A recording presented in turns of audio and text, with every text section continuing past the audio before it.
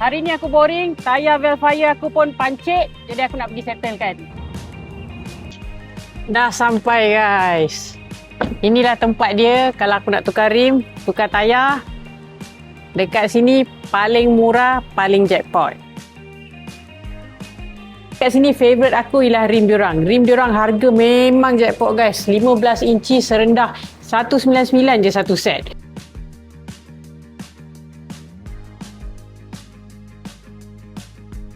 Dan diorang bukan buat 15 inci saja, diorang buat 15, 16, 17, 18, semua harga gudang.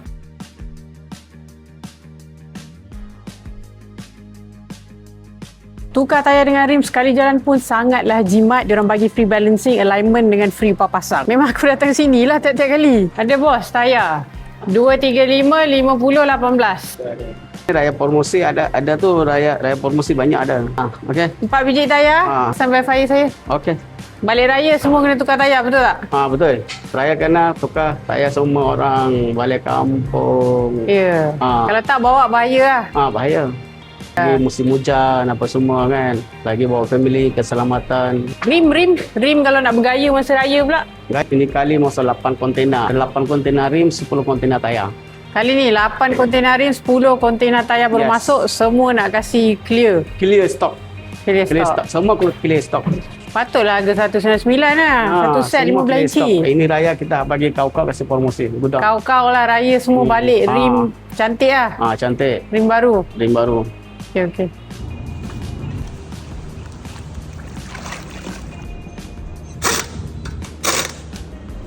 BME Tayar ni memang famous untuk orang-orang yang nak tukar rim dengan tayar. Sebab sekali diorang bawa turun rim dengan tayar, banyak kontena guys. Bulan ni je akan bawa turun 10 kontena rim baru. Lepas tu 5 kontena tayar. Sebab tu dah diorang boleh bagi harga gudang untuk orang yang nak tukar rim kan. 15 inci satu set baru 199. And bukan tu je, design banyak. Memang korang akan rambang mata. So tak kisahlah macam aku nak tukar tayar, nak upgrade rim.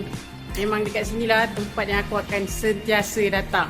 Korang kena cepat sebab bila turun je kontena rim dan tayar diorang tu, memang orang akan serbu macam aku. Tahu je kontena rim dan tayar dah turun, terus serbu, terus nak pilih rim design yang lawa-lawa. Takut nanti tinggal saki baki je. Harga pun harga gudang.